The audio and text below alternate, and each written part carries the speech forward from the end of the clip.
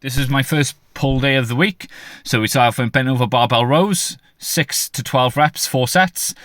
A little bit of a tip, keep an arch in your lower back and drive your hips back, as then your glutes and your hamstrings will take the load that's statically holding you in position, so your back can just focus on the row. I also use wrist wraps just to take my grip out of it so I feel my back contract harder.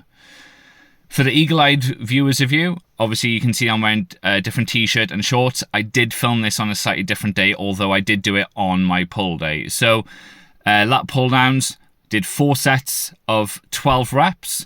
As you can see that I like staying in a very upright position. I want to focus on driving my elbows down towards my hips. I'm not thinking with my hands, I'm just concentrating and driving my elbows downwards in that controlled manner.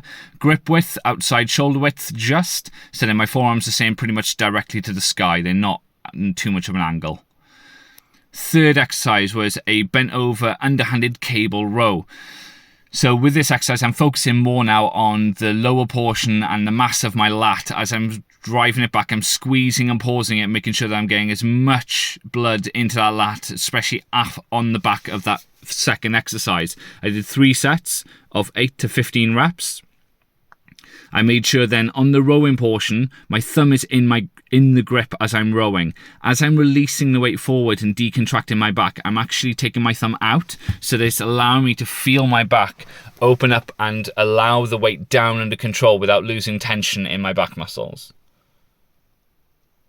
Fourth exercise, outside shoulder width handle row. As you can see that as I initialize the row, my palms are facing down to the floor, but as I'm driving my elbows back, my hands rotate and my thumbs start facing the ceiling. You want to make sure that you're not leaning back too far with this exercise, okay? I tend to start off with it leaning slightly forward, so then I'm either coming up straight or just shy of up straight. If you're leaning back too far when you do this exercise, your lower back is going to do far more work and create acceleration, making the weight easier. You want to make the exercise harder, not easier. Then finish off the rowing movements then on a wide hammer grip upper back row. I mainly want to focus on keeping my elbows as flared as possible with this one. I really want to feel my rear delts fire as hard as they possibly can and contract across the whole top section of my back.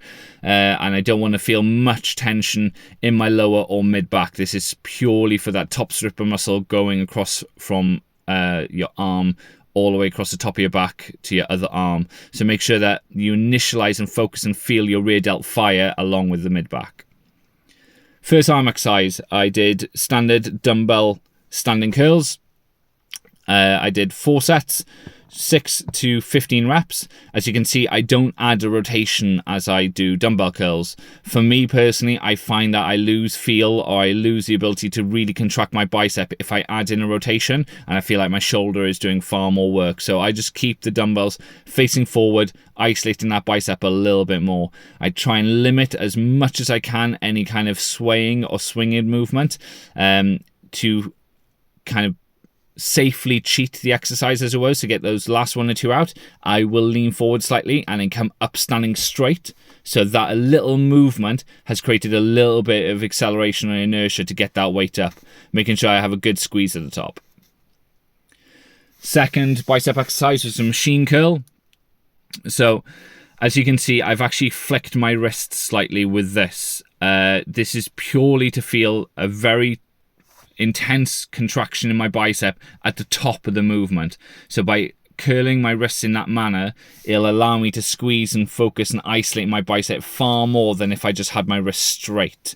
I do it mainly with the machine because I feel it's a lot safer exercise to do with the machine, and I'm not having to focus or worry or stabilize a free weight in this manner. I can just focus on just the very up-down movement from the machine, and it's a very safe thing to do.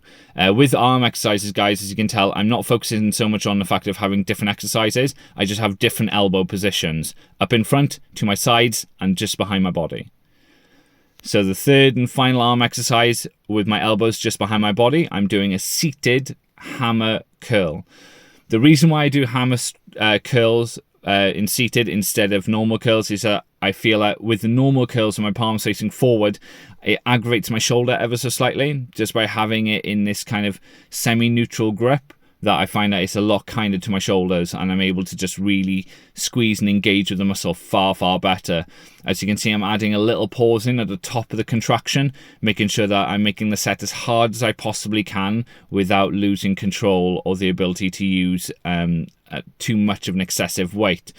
I did 3 sets of 6 to 15 reps, making sure that I'm definitely taking the last 1 or 2 sets with this one to absolute failure to make sure that I get the most out of it.